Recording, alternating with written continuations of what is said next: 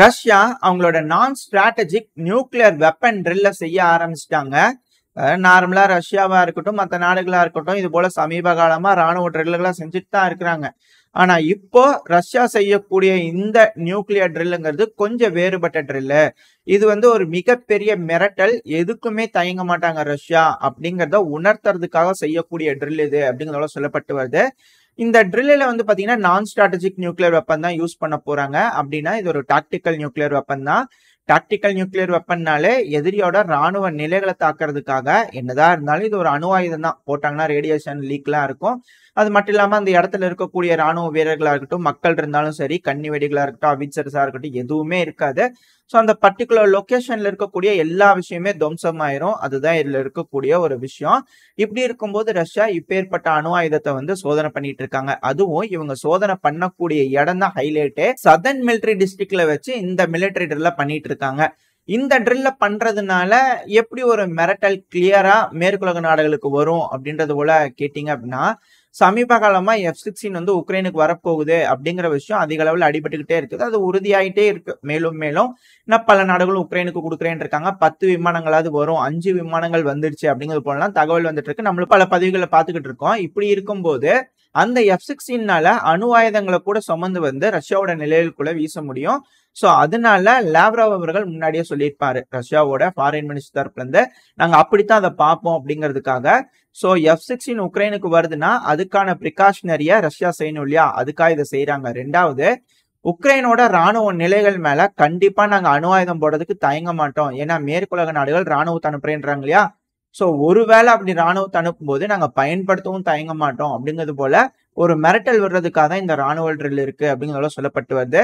இந்த ராணுவ ட்ரில்ல என்ன செஞ்சு பாக்குறாங்க அப்படின்னா, இஸ்காந்தர் பாலிஸ்டிக் மிசைல் இருக்கு இல்லையா, அதோட லான்ச்சஸுக்கு எப்படி அணு ஆயுதத்தோட ப்ரொஜெக்டர்ஸ் எடுத்துட்டு வரலாம், அது எப்படி வச்சு இலக்குக்கு எப்படி அனுப்பலாம் அப்படிங்கிறது போல ஒரு ட்ரில்ல தான் செஞ்சு பார்த்துக்கிட்டு இருக்காங்க. அது கூடவே ரஷ்யாவோட ஏரோஸ்பேஸ் ஃபோர்ஸ் இருக்கிறாங்க இல்லையா, அவங்களோட பாம்பர் ரக விமானங்கள்ல எப்படி நியூக்ளியர் வெப்பன்களை கொண்டு பொருத்தி அதை கொண்டு போய் எதிரி நிலைகள் மேல போடலாம் அப்படிங்கிறதுக்கான ஒரு ட்ரில்லு தான் அங்க போயிட்டு இருக்கு. இந்த அணு ஆயுதங்கிறது சும்மா லேஸ்ல ஒரு இடத்துல இருந்து மற்ற ஷெல்கள் மாதிரி ட்ரெயின்லயோ அதுலயோ எல்லாம் எடுத்துட்டு வந்துட முடியாது.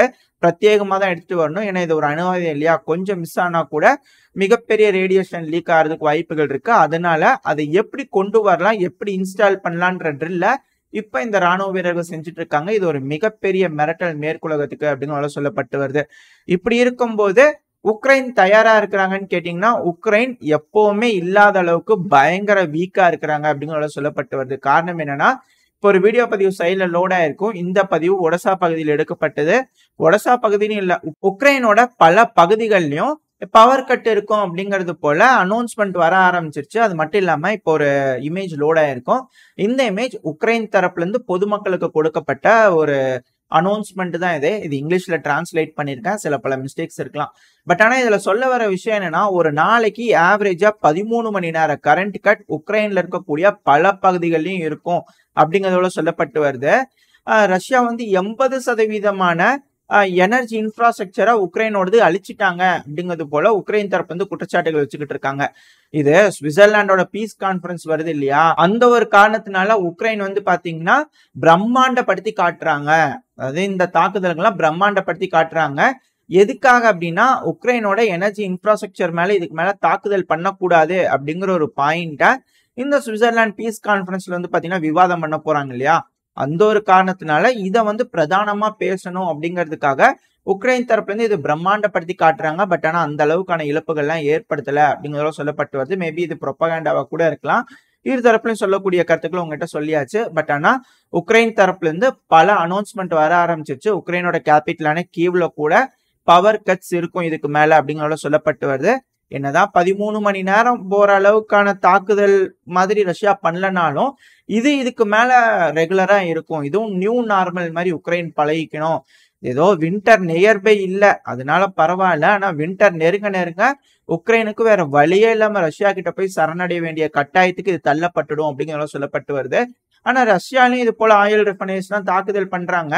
இப்போ ஒருவேளை இந்த ஒரு விஷயத்த பிரதானமா உக்ரைன் தரப்புல இருந்து சுவிட்சர்லாந்து பீஸ் கான்ஃபரன்ஸ்ல எடுத்து முன்வைக்கிறாங்க அப்படின்னா, அதுக்கு நம்மளும் ஒரு குரல் கொடுப்போம் அப்படிங்கிறதுல மாற்று கருத்து இல்லை அப்படிங்கிறது போல எனக்கு தோணுது. ஏன்னா நம்மளும் சுவிட்சர்லாண்டோட பீஸ் கான்ஃபரன்ஸுக்கு பார்ட்டிசிபேட் பண்ண போறோம் அப்படிங்கிறது போல தகவல் வந்துட்டு இருக்கு. உறுதிப்படுத்தப்பட்டுச்சு. இந்த பதிவு நான் ரெக்கார்ட் பண்ணிட்டு இருக்கும்போது வந்துட்டு இருக்கக்கூடிய செய்திகள் உறுதிப்படுத்தப்பட்டுச்சுன்னா என்னென்ன ஏதுங்கள்லாம் அடுத்தடுத்த பதிவில் அப்டேட்ஸா பார்ப்போம்.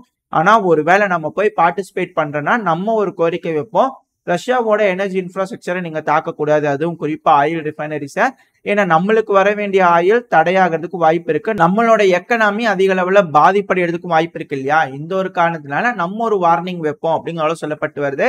இதெல்லாம் எந்த அளவுக்கு அந்த பீஸ் கான்ஃபரன்ஸ்ல ரிசல்ட்ஸ் இருக்க போகுது அப்படிங்கறத பொறுத்து தான் பார்க்கணும். சரி, இதுதான் நிலைமையா இங்க உக்ரைனுக்குன்னு பாத்தீங்கன்னா இல்ல. உக்ரைனை மேலும் மேலும் இக்கட்டான சூழ்நிலைக்கு தள்ளி விடுறதுக்கு ரஷ்யா திரும்பவும் தயாராயிட்டாங்க. திரும்பவும் ரஷ்யா இன்னும் பல செட்டில்மெண்ட்ஸ்குள்ள என்ட்ராக ஆரம்பிச்சிட்டாங்க. இந்த கர்கிவ் பகுதியில வந்து பாத்தீங்க அப்படின்னா மாலாவோச்சா, ஒக்ரிமிவ்கா, சைகிவ்கா, ஓலாஹிவ்கா, அப்புறம் புரோச்சோகோவ்கா, சோ இந்த பகுதியை நோக்கி ரஷ்ய வீரர்கள் மேலும் முன்னேறிட்டு இருக்காங்க. இந்த செட்டில்மெண்ட்ஸ் எல்லாம் ரஷ்யாவோட கட்டுப்பாட்டுக்குள்ள வர்றதுக்கு அதிகமான வாய்ப்பு இருக்குன்றாங்க. இப்படி இருக்கும்போது இந்த பொச்சோவ்கா கண்டிப்பா ரஷ்யாவோட கட்டுப்பாட்டுக்குள்ள வந்துடும். காரணம் என்ன, இங்க ஒரு ரிவர் ஓடிட்டு இருக்கு. ஸோ அந்த ரிவருக்கு முன்னாடியே இந்த பொச்சோவ்கா வந்துடுறதுனால ரஷ்ய வீரர்கள் அவங்களோட எல்லை பகுதியிலிருந்து ஈஸியா இந்த காட்டுப்பகுதியை பயன்படுத்தி உள்ள வர்றதுக்கு வாய்ப்பு இருக்கு. இப்படி இருக்கும்போது இங்க ஒரு மிசைல் மாதிரி இருக்கு இல்லையா, இத வந்து பாத்தீங்கன்னா அங்க ஒரு பிரிட்ஜ் இருக்கு. அந்த பிரிட்ஜ் பயன்படுத்தி தான் இந்த ஒக்லேவுக்கா இருக்கட்டும், இந்த சைக்கிவ்காவா இருக்கட்டும், இந்த பகுதிக்குள்ள எல்லாம் வந்து ரஷ்ய வீரர்களால பிடிக்க முடியும். இப்படி இருக்கும்போது அந்த பிரிட்ஜ் வந்து பாத்தீங்கன்னா டெஸ்ட்ராய் ஆயிடுச்சு அப்படிங்கிற சொல்லப்பட்டு வருது. இந்த வீடியோ பதிவு வந்தோடனே உக்ரைன் தரப்புலையும் சொல்றாங்க, ரஷ்யா தரப்புலையும் சொல்றாங்க. ரஷ்யா என்ன சொல்றாங்க, உக்ரைன் உடைச்சிட்டாங்கன்றாங்க. உக்ரைன் என்ன சொல்றாங்கன்னா ரஷ்யா உடைச்சிட்டாங்க அப்படிங்கிறதோட சொல்றாங்க. நம்மளுக்கு எப்பவுமே உக்ரைன் தானே தெய்வம், உக்ரைன் என்ன சொல்றாங்களோ அது 100க்கு 100 கரெக்டா இருந்துரும் இல்லையா. அதனால ரஷ்யா உடைச்சிட்டாங்க பாதியா அப்படிங்கிறதுக்காகவே நம்ம அந்த மார்க் பண்ணிட்டோம், நம்மளுக்கு வேற வழி இல்ல. சைட்ல ஒரு வீடியோ பதிவு லோட் ஆயிருக்கும், பாத்தீங்கன்னாலே தெரியும். பின் பாயிண்ட் ஸ்ட்ரைக் அந்த பிரிட்ஜ் வந்து உடைஞ்சிருச்சு. ஏன் வந்து இது உக்ரைன் உடைச்சிருப்பாங்க அப்படிங்கிறது போல ரஷ்யா தரப்ப சொல்றாங்க அப்படின்னா, இப்ப இந்த பகுதிகள்லாம் முன்னேறி வராங்க இல்லையா, அப்படி முன்னேறி வரும்போது இந்த பாலத்தை பயன்படுத்தி தான் சான்ஸ்கள் வந்து சண்டை நடந்துருக்கு இல்லையா, அதை நோக்கியும் போக முடியும். ரெண்டாவது, இப்ப நம்ம அடுத்தடுத்த செட்டில்மெண்ட் சொல்லியிருந்தோம் இல்லையா, அதாங்க இந்த ஒலோகிவ்காவா இருக்கட்டும், இந்த கீழே இருக்கக்கூடிய அந்த ரிவருக்கு கீழே இருக்கக்கூடிய செட்டில்மெண்ட்ஸா இருக்கட்டும், அது வழியிலாம் இந்த பிரிட்ஜை பயன்படுத்தி ஆர்மட் வெஹிக்கல்ல ஈஸியா எடுத்துட்டு வர முடியும். சோ அப்படி எடுத்து வரக்கூடாதுன்றதுக்காக உக்ரைன் தரப்புல உடைச்சு விட்டாங்க அப்படின்னு சொல்றாங்க. சரி, இது வந்து ரஷ்ய வீரர்கள் சொல்லக்கூடிய காரணம், உக்ரைன் ஏன் உடைச்சிருப்பாங்கன்னு. இப்போ உக்ரைன் சொல்லணும்ல ரஷ்யா ஏன் இதை உடைச்சிட்டாங்க அப்படின்னா, இதுல இன்னும் குட்டி குட்டி பிரிட்ஜ் எல்லாம் இருக்குங்க, அதை கிராஸ் பண்ணி அப்படியே வந்துருவாங்க இன்ஃபேண்ட்ரி எல்லாம், அது வந்து உள்ள வந்து புடிச்சிருவாங்க. அப்படி பிடிக்கும் போது நாங்க தடுக்க கூடாது இல்லையா, நாங்க வந்து திரும்பி வந்து அந்த இடத்துல வந்து அடிச்சிட்டோம்னா அதுக்கோசரம் அவங்க பிரிகாஷனரே இந்த பிரிட்ஜை உடைச்சு விட்டாங்க. இப்ப இது உடைச்சு விட்டதுனால எங்களாலேயே அங்க போறதுக்கு சிரமம் இருக்குல்ல அப்படிங்கறதுல உக்ரைன் தரப்ப சொல்றாங்க. ஆனா உக்ரைனுக்கு ஆல்ரெடி இந்த ஒச்சான்ஸ்கும் லிப்ஸியும் முட்டு கொடுத்துட்டு இருக்கிறதே மிக பெரும் கடமையா இருக்கு. அதையவே பாதுகாக்கிறதுக்கு ஆள் இல்லைன்னு லபோதிபோன்னு சொல்லிட்டு இருக்காங்க. இப்போ புதுசா ஒரு ஃப்ராண்ட்டை வேற ஓபன் பண்ணிக்கிறாங்க ரஷ்யா. அப்படிங்கும் போது